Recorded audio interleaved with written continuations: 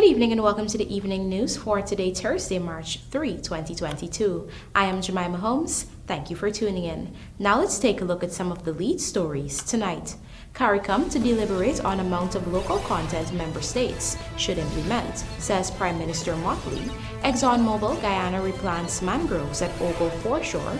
COP gets 1.5 million bail over deadly MAHAICA accident. New Amsterdam moves to break down concrete structures fixed over drains. And Guyanese SHYAM NOKTA receives prestigious Anthony and Sabga award.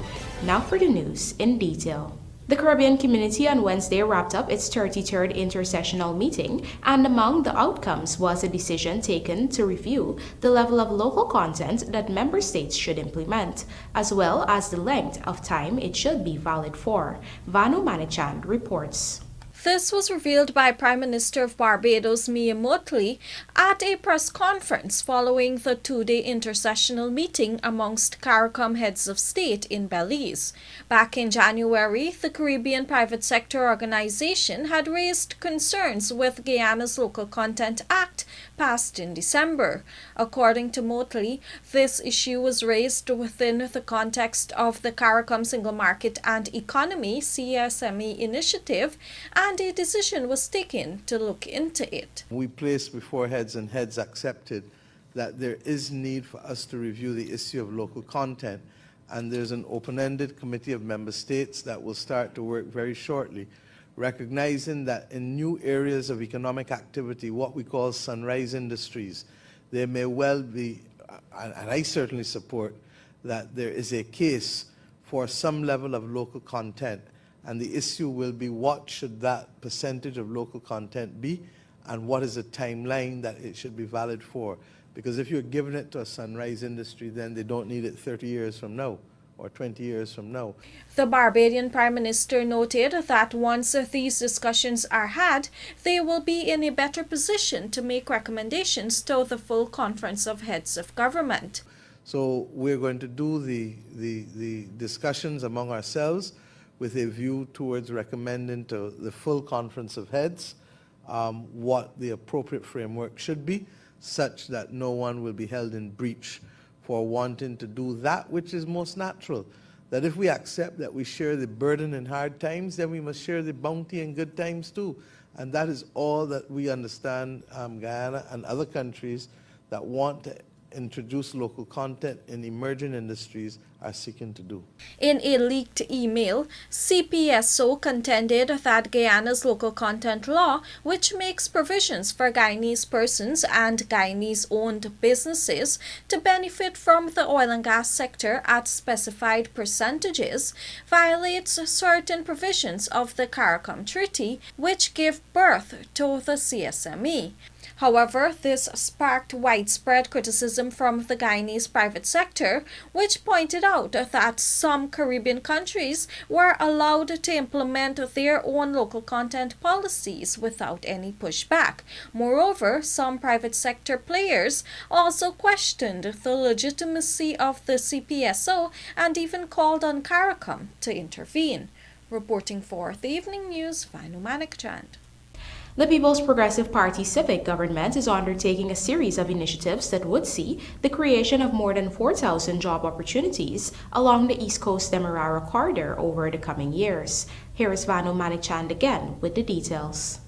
This is according to Vice President Bart Jagdeo during a recent interview with a social media commentator. While the PPPC had promised to reopen the estates that were closed by the previous APNU-AFC regime, it has been found that diversification activities would be much more profitable at some of them. As such, government has since been undertaking several initiatives to create employment opportunities at those estates that cannot be revived to produce sugar. According to Jagdeo, these initiatives are being carried out in a studied way to not only create jobs but also develop those communities that were devastated by the closure of their estates. We've allocated about a 10-acre plot for development there that will generate between 5 to 700 jobs maybe in more area. An area close to the estate, that's just land. then this opportunity, the arrangement is that we lease this, but in exchange you have the jobs maintained, and they ultimately go up to maybe 800-900 persons employed there, and at a high-end machining skills for the oil and gas industry. So that can take care of a lot of the employment from displaced sugar workers, but from others in the area, between just these two facilities and more. The latter project that the Vice President was referring to is the transformation of the Enmore packaging plant into a modern oil field service center and manufacturing facility that is being undertaken by a joint venture group, Geissens KB Industries Inc. As per the agreement, the company will have to retain all employees from the packaging plant and promise to hire hundreds more. According to Jagdeo, government has another project in the area that could see thousands more jobs being created along the East Coast corridor. In the budget, we have money to build an industrial estate at the back of the Fowles area and more Fowles area that could accommodate people all the way from Buxton, maybe Trass Bay, Enterprise, who were displaced from the sugar industry, because it's not just people from Enmore who are displaced. So these three initiatives alone will generate, we believe, close to 4,000 jobs on the East Coast. Meanwhile, President Dr. Irfan Ali has already announced several new initiatives were in the pipeline for the East Coast, including a processing, manufacturing, and beverage production facility by a Surinamese Guyanese company. Reporting for the Evening News, Vanu Mannequin. Yesterday, March 2nd, marked 2 years since the historic 2020 general and regional elections were held, resulting in a 5-month political impasse. According to PPPC Executive and current Public Works Minister Bishop Juan Egil, it was a defining moment for leadership in Guyana. Here is Vanu Mannequin once again with the details. During a televised program to reflect on the second anniversary of the March 2nd, 2020 elections, Juan Egil posited that the entire fiasco was about leadership. Leadership that took us to March 2nd, and leadership that took us through and navigated that 5-month period to August 2nd, and leadership since then. We know that there was unsettled actions and attitudes in the APNU AFC. An electoral victory was one thing, but governing after the win was also very important for us. So when Ashman's sheets, bed sheets, and spreadsheets and dirty sheets and every kind of sheet start appearing, we had a captain, or I should say a captain as a presidential candidate, and a coach who was well versed in the game to guide us through those processes. In a statement on Wednesday, March 2nd, the People's Progressive Party said since assuming office in August 2020, it has been working tirelessly to incrementally fulfill its manifesto promises in the execution of a transformational agenda that will build a multidimensional economy and elevate the country onto a rapid development path and create opportunities for the empowerment of all Guyanese. The party also reassured that it will continue to work assiduously to ensure its election promises are fulfilled. Meanwhile, also joining Minister Egil for the television program were Public Affairs Minister Sonia Parag and Minister Kwame McCoy, as well as Jerry Gavaya Jr., who was a part of one of the local observer missions. The young Gavaya recalled that while businesses were facing the fallout of the 5-month political deadlock, the general consensus was ensuring democracy prevailed. The business community essentially stopped being a business community. They started being a democracy community. The only thing people were speaking about was democracy, elections procedure, what has happened, what should happen, the system, they reinforced the system, so business people stopped being business people, they became Guyanese first. And we're seeing this around the world right now, is that when you start encroaching on people's freedoms, their democracy, their will of the people, there's nothing more important to us living in democratic states than that will. And anytime that we feel that that is being jeopardized, nothing else matters. Reporting for the Evening News, Mannequin. Exxonmobil Guyana has replanted the mangrove vegetation cleared at the OGLE FORESHORE East Coast Demerara for the landing of its fiber optic cable, which will service its offshore facilities. Here's more. ExxonMobil's mangrove planting exercise was overseen by officials from the National Agricultural Research and Extension Institute, NARI. As part of regulatory approvals the company received to clear a 240 square meter area. The replanting exercise is part of an environment mitigation plan developed for the project. The exercise entailed the removal of mangrove plants and cordgrass. A section of rip-rap boulders within the approved zone also had to be removed to facilitate the cable connection. The boulders were also replaced. ExxonMobil Guyana is committed to conducting its business in a manner that is compatible with the communities and where we operate. Working with the relevant regulators to mitigate environmental impacts is one of those integral parts of that commitment. The mangrove vegetation cleared was chipped and the possibility of recycling and using the material explored instead of disposing it. ESSO Exploration and Production Guyana Limited, whose parent company is ExxonMobil, intends to implement a high-speed fiber optic wireless transport service for its Guyana onshore and offshore facilities, which requires the installation of a submarine fiber optic cable connecting the offshore facilities to onshore network services. Meanwhile, ExxonMobil Guyana also used the opportunity to remove 1.4 tons of trash from a 100-meter stretch along the seawall. The trash was transported to the landfill facility at Haigbosh, East Bank, Demerara. Fiona Merson, The Evening News. A 64-year-old unvaccinated woman who was infected with the novel coronavirus has died, taking the country's death toll to 1,223. The country also recorded 31 new cases of the virus, taking the total positives detected to date to 63,002. There are 7 persons in the ICU, 28 in institutional isolation, 299 in home isolation, and 13 in institutional quarantine. Recovery stand at 61,445. Coming up, Kurukuru woman found dead, husband arrested, and porter dies in East Bank Essequibo accident. Do stay with us. More news ahead.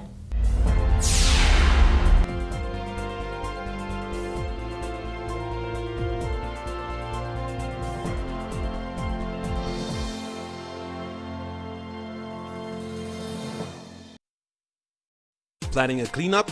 We can help. Sevon's waste management skip bins can be provided for home renovation projects, yard cleanups, or construction sites. It's simple. Step 1, just pick up the phone and give us a call. Step 2, we deliver the skip bin size of your choice. Step 3, load the skip with all of your junk. And finally, step 4, we take it all away. It's that simple. Bins are also available in various sizes, so there's no job that's too big or too small. Call Sevon's Waste Management today at 218-1455 or 218-11.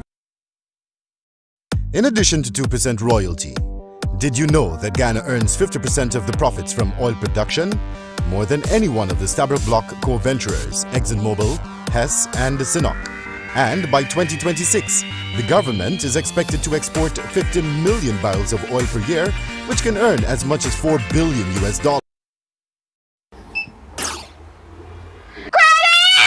Yeah, ready? We are so far. Look along, me tell you, buy one generator. Now the picnic online test and blackout come and cut off everything. Sorry, son. Radhika. Have you go tomorrow? Have you go now? At Sylvie's, we stock products from more than 22 different sectors in mining, construction, food processing, vulcanizing, home improvements, and more. Are you getting generator? So this is a 3000 better size generator. This now works your lights, your fan, your TV, and your fridge.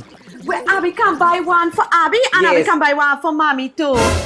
Yeah, and Mommy could even key start it because all you have to do is hook up the battery and Visit us today at 31 High and Hatfield Street, where our friendly and knowledgeable team members are willing to assist you. You can also call us on 227-6243 or WhatsApp us on 623-7755 and shop via our website at www.sylviesonline.com. I big up your dog pour milk. One plucking machine, one pressure washing machine, one juice dispenser, one engine, one pepper grinding machine, one water pump, one sugar cane juicer, circle sir. We gotta get alright then food warmer. We gotta get. What are you looking at? Looking to bring your dream home to reality or simply taking on a home improvement project? Then National Hardware Limited is where you should start. Let us put that touch to your home.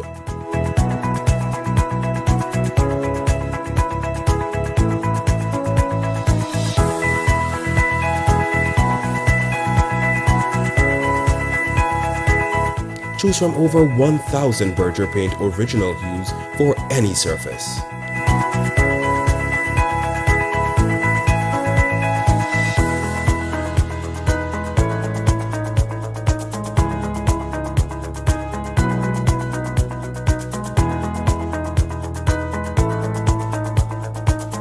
We are known for our trusted brands such as Westinghouse, Philips, Satco, Rubbermaid, Pyrex, Gibson Home, and so much more. National Hardware Limited, your do-it-best store, located in downtown Georgetown and industrial site Rheinveld.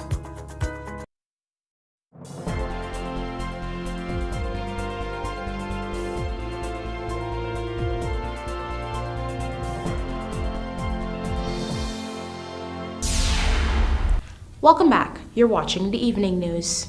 The husband of a 26-year-old woman has been arrested after she was on Tuesday evening found dead at her Kurukururu, Linden Susike Highway home. She has been identified as Danwati Ramsarup, a dentist. Initially, it was suspected that she committed suicide, but detectives have observed marks of violence about her body, leading them to believe she was murdered. As such, her husband has been arrested. The husband told detectives that his wife had threatened to end her life because she was allegedly suffering from depression. The husband told police that on Tuesday, he was at his parents' home when he received a telephone call from his wife, who told him she was going to kill herself. As such, he and his father went to his residence, where they observed the house in darkness. As they made checks, they found Ramsrup's motionless body lying face down with a wire around her neck. The police were immediately contacted, and upon arriving at the scene, they reportedly found blood in her nostrils along with injuries to her left fist and lacerations to her forehead. In addition, blood was seen on the ground about 2 feet from where her body was lying. The woman was picked up and taken to the Diamond Diagnostic Center, where she was pronounced dead on arrival. A post-mortem is expected to be conducted shortly. The police have since retrieved CCTV footage, which is being reviewed. A 58-year-old porter who was sitting on top a pile of wooden posts being transported by a tractor and trailer is now dead after the trailer toppled along a trail located on the east bank Essequibo. The incident occurred at around 7:30 hours today and involved an unregistered tractor and trailer driven by a 24-year-old resident of Butcher Street, Parica, East Bank, Essequibo. The dead man has been identified as Leighton Hendricks of Pomeroon River. According to the police, the motor tractor was proceeding west on Hamper Bay Trail with the trailer attached, packed with Wallaba posts. The porter was sitting on top of the post when the trailer's right side wheel went into a hole, causing the trailer to topple. The porter became pinned under the pile of posts. With the help of public-spirited citizens, he was taken out from under the pile and rushed to the Hamper Bay boat landing, from whence he was transported to the West Demerara Regional Hospital, where he was pronounced dead. The driver has been placed in custody pending further investigations. Amar Prasad joins us now to report that the cop who was behind the wheel in the force-issued pickup that caused the horrific four-vehicle collision on the MAHAICA Bridge, East Coast Demerara, that resulted in the deaths of 2 young persons has been charged. Here are the details. 27-year-old Police Corporal Lawrence Carmichael of Seafield Village, West Coast Berbice, was this morning granted bail in the sum of $1.5 million after he was charged in relation to the horrific MAHAICA East Coast Demerara accident that claims the lives of 2 young persons. Carmichael was charged with 2 counts of dangerous driving when he appeared before Magistrate Fabio Azor as the Vigilance Magistrates Court. It is alleged that on February 2, 2022, the cop drove a Guyana police force issued vehicle in a dangerous manner, which led to the deaths of 20-year-old Christopher Bagwandat of Monrepos, East Coast Demerara, and his 16-year-old girlfriend Sharida Prasad of Bat Settlement, West Coast Berbice. Attorney Dexter Todd, who is representing the policeman, argued that this matter should not have found its way in a criminal court, but rather it should have been dealt with via a commission of inquiry. He reasoned that what must now be considered is when and under what circumstances should a police officer terminate a pursuit. Meanwhile, family members of the deceased who gathered outside of the court expressed dissatisfaction that the cop was granted bail. On the day of the accident, the young man was driving motorcar PNN 8852 when it was reportedly stopped by traffic ranks at Perseverance, Maiconi, East Coast Demerara. The young man pulled in the corner, but as the cops approached, he reportedly drove away at a fast rate of speed. A mobile patrol was alerted and went into pursuit. This resulted in a high-speed chase, culminating in a 4-vehicle collision involving another motor car and a canter at the MAHAICA Bridge, East Coast Demerara. The police vehicle had 3 officers, including the driver, all of whom had received injuries in the accident. For the evening news, Amar Prasad. The Ministry of Housing and Water, in collaboration with the Ministry of Amerindian Affairs and the Guyana Water Incorporated, on Wednesday signed a Memorandum of Understanding, which will see over 200 community service officers being trained to maintain hinterland water supply systems. Amar Prasad joins us again with the details. Under the new Memorandum of Understanding, at least 2 community service officers will be identified from each Amerindian community that has an existing GWI water supply system to operate and maintain the system in their respective communities. Minister within the Ministry of Housing and Water, Suzanne Rodriguez, explained that in many cases, simple problems occur in these water supply systems due to poor maintenance. And so many times we visit communities that have water issues, and sometimes it's a very simple matter. And it takes a minister having to go in there with a team, and as the CEO said, cost a lot of money sometimes to address simple matters that have escalated due to poor maintenance of the water supply system.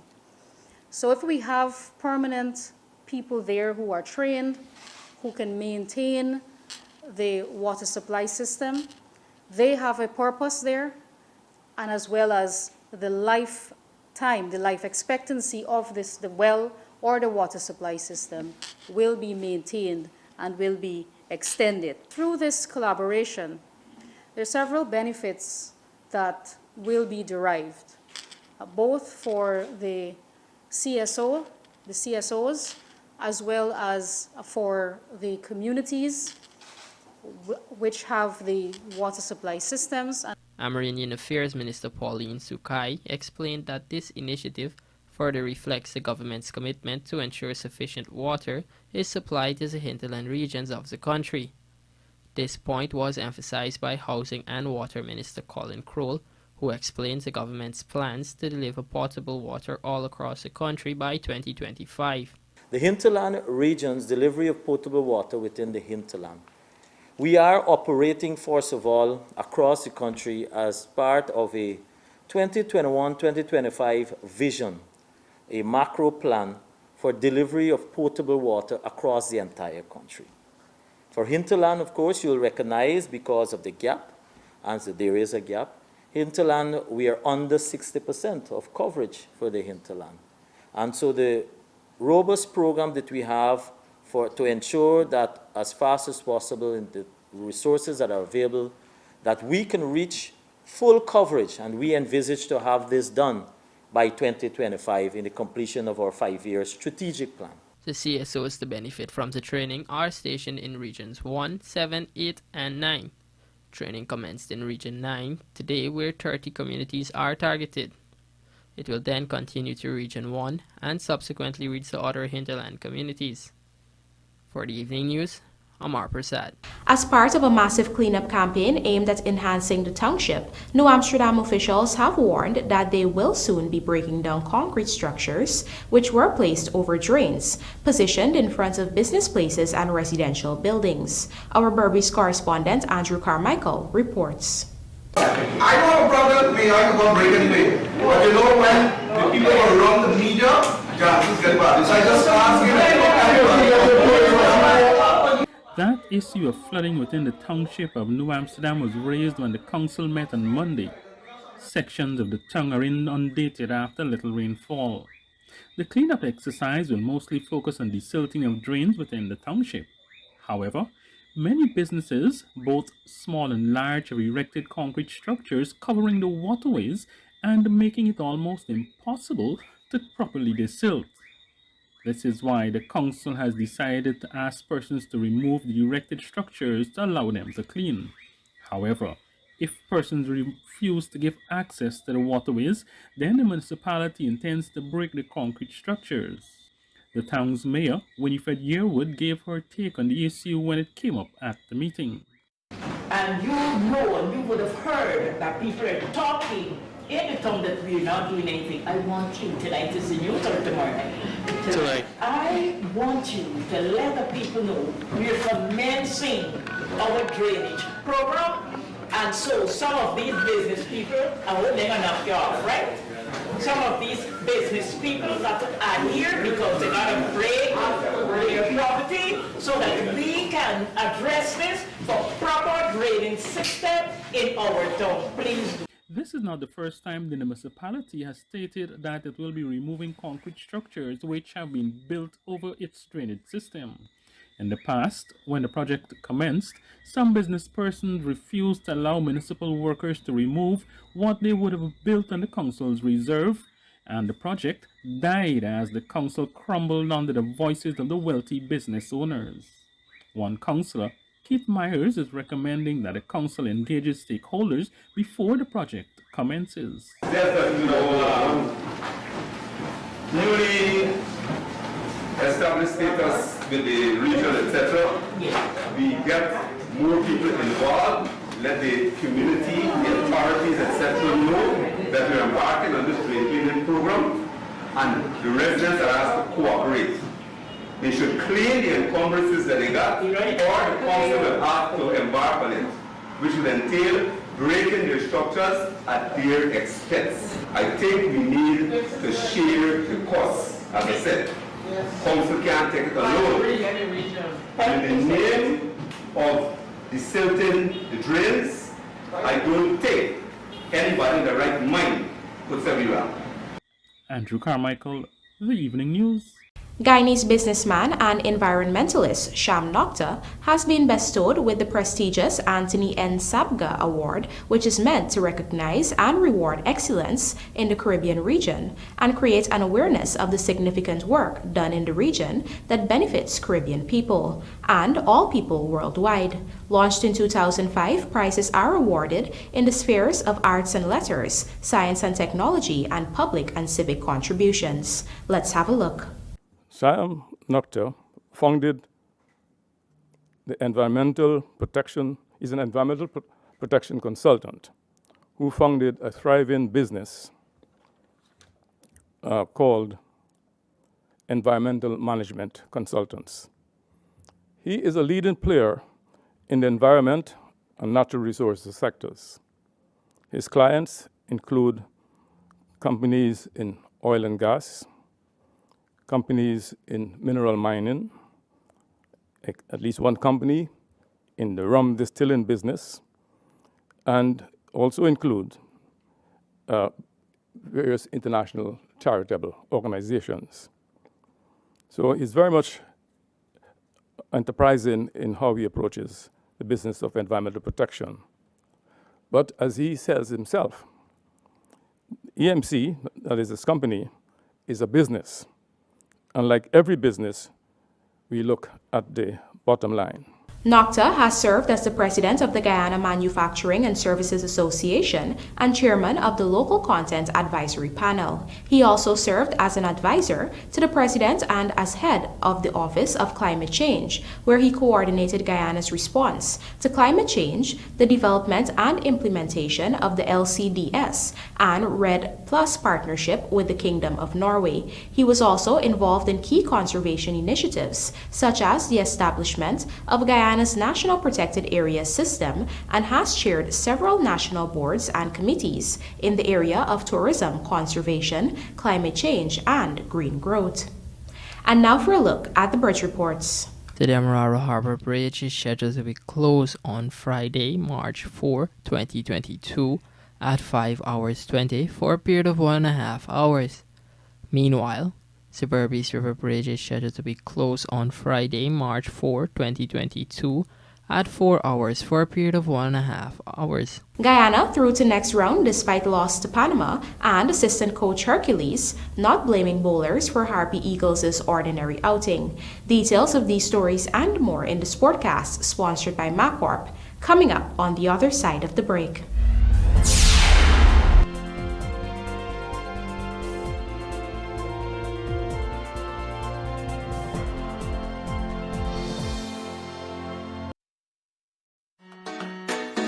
With unlimited games to choose from, you can be a winner with Superbet. Choose from our virtual sports, live betting, sports betting, live roulette, and much, much more. Place your bets at www.superbet.gy or visit any one of our agents. Terms and conditions apply. Must be 18 and over. Play responsibly. John Lewis Styles introduces Edu Domani, Vertical Sport, and Alberto Cardinale, a line of very affordable men's clothing especially suited for the workplace. Get polos from $2,800, dress shirts from $3,995, shirt jacks from $5,500, and even jeans and dress pants from $5,995. We can supply large companies with special sizes and colors upon request. Come visit us on Waterloo Street and ask for a quotation. Umbrellas, computer bags, footwear, and women's workwear are also available. John Lewis Styles, simply different. Get the right seal right now from Industrial Supply of Guyana, Inc., your immediate SKF sealing solutions. The SKF Seal Jet Machine is capable of building seals from 5mm to 600mm in diameter in under 5 minutes. With technical support readily available, you can get a customized seal to suit virtually any industrial application, like buffer, rod, wiper, and piston seals. SKF Seal Jet Machine, now at Industrial Supply of Guyana, Inc.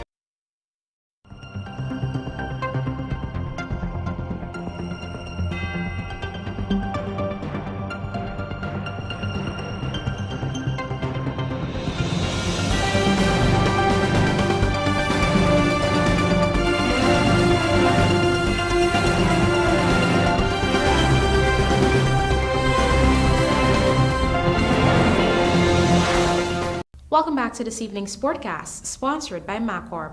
The Lady Jags have advanced to the next round of the CONCACAF Women's Under-20 Dominican Republic, but it is no thanks to their excruciating 5-0 loss to Panama on Wednesday night.